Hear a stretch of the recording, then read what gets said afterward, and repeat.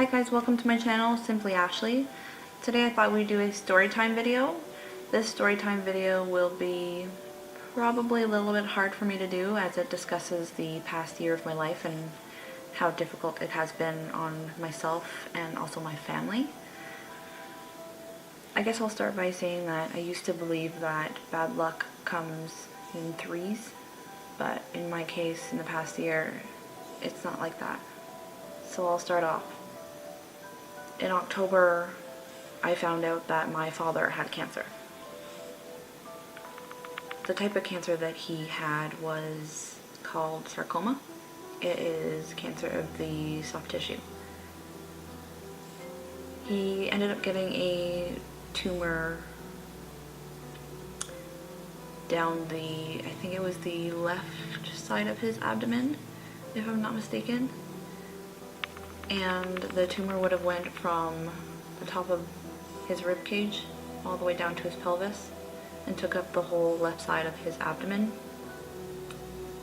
That was really scary time for me.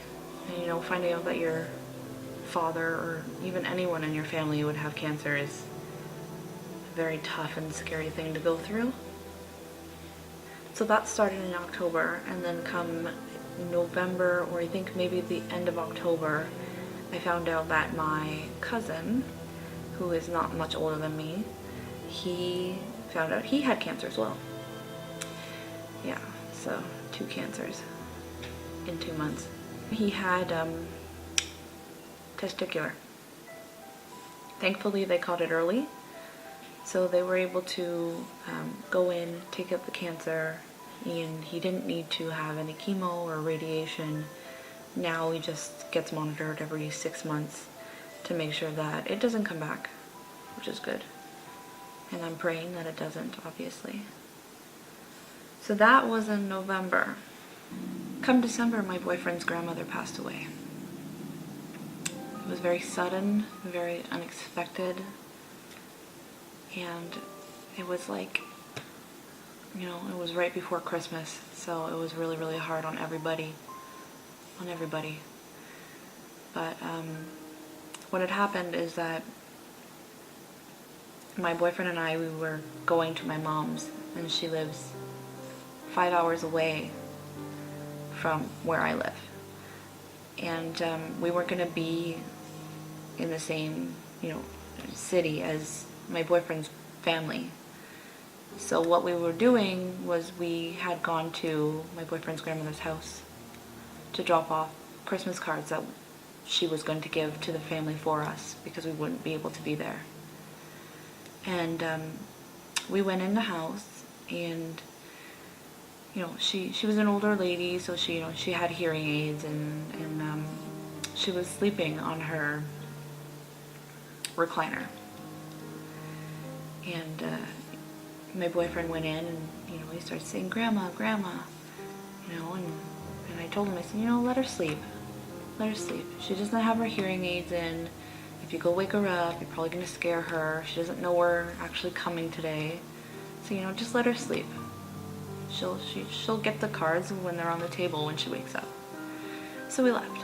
And that was the day before we left to go to my mom's.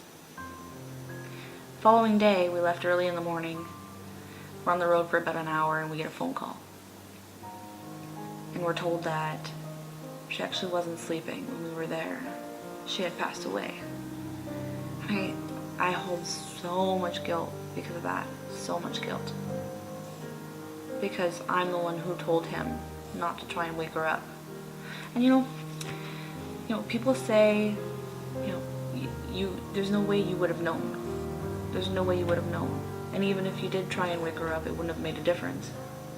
But in my mind, I think, had we have, tried to wake her up, we would have known then, and she wouldn't have sat there for the next 12 hours,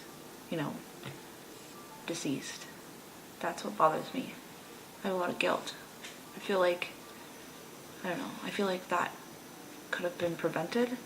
Not her passing away, because nobody can ever prevent death, but at least prevented her from sitting there for so long afterwards. But yeah, anyway, so that was in December. In January of 2016, so this year, I lost my best friend. He passed away. He was my everything. He was my person. I could talk to him about anything. We never fought with each other. We talked to each other every day, you know. And he passed away. And that's been really tough on me. He had epilepsy, and he passed away after he had a seizure. So it was very sudden. Nobody knew what was happening. And it really broke my heart. It broke my heart. There's a lot more to that story, but I think that's going to be a whole other story on its own. So if you'd like to know what happened with my best friend Adam, comment down below and I'll do another story time about it. After Adam passed away, I didn't get very much time to grieve because I was still dealing with my dad and dealing with, you know, what was next for him and what did we need to do. And my dad started doing radiation, I think just after he was diagnosed. And the radiation really, really drained him. Really drained him. He wasn't eating. He was, you know, he was vomiting 6-7 times a day sometimes. You know, he lost a lot of weight, you know. But he continued doing the radiation and never complained about it. Until closer to when I think he had 2 or 3 sessions left, he ended up in the hospital because he just could not keep anything down. He hadn't eaten in like a couple weeks. And it happened that he needed a blood transfusion at that point. So they stopped the radiation and then prepared for surgery. They had to wait a little while in between the radiation and the surgery because my dad had to put on weight. He had nothing to him anymore. And the surgery was in the beginning of March. So after Adam, I didn't get much time to grieve. I had to be strong for my dad. But in February, we found out that my aunt had cancer as well. She had a cancer called, I don't know how to pronounce it, but I think it's called adrenal cancer of the kidney glands, and it spreads fast, and it's not curable. After dealing with everything and then finding out about my aunt and then, you know, not being able to deal with that because I had to be there for my dad. So in March, my dad had the surgery. It was a success. It was a very major surgery. My dad was in the hospital for about 14 days afterwards, and I was there every day helping him, you know, getting him water, helping him sit up, helping him walk, helping him eat. It was challenging. My dad's only 44. So, you know, he was healthy. He eats all organic stuff and works out and takes care of himself. And, you know, cancer can happen to anybody at all. But I was there every day for my dad because he needed me to be. And I needed to be strong for him. So I had to block out everything else that was bothering me. So my dad had the surgery, and you know, he recovered fairly quickly, you know, a couple months, and he was back on his feet, and he was back working, and, you know, doing the stuff that he loved to do again, which is good. He'll need to be monitored every 6 months, same as my cousin, just to make sure.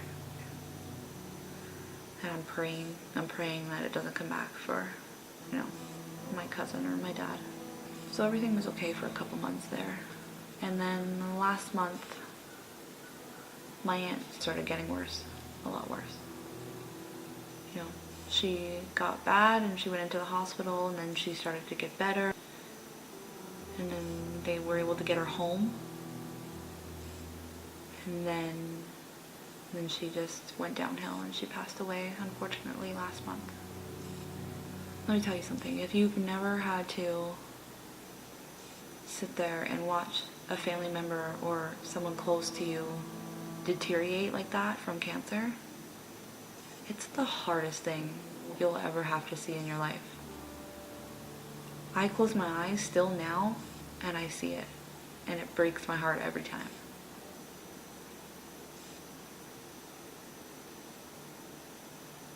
And I miss my aunt every day.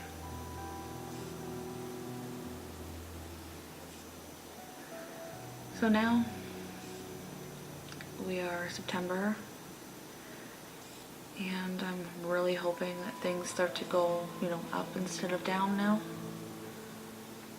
My dad's got his 6-month appointment coming up soon, so send your prayers and hope it's all good. So I guess that's my story time for today. If you like this video, please give it a thumbs up and subscribe to my channel. If you have any suggestions or, opinions on what I can do next, whether it be a story time or something else, comment down below and let me know. I'm open to all suggestions. This is my first video, and I'm, exploring and having fun.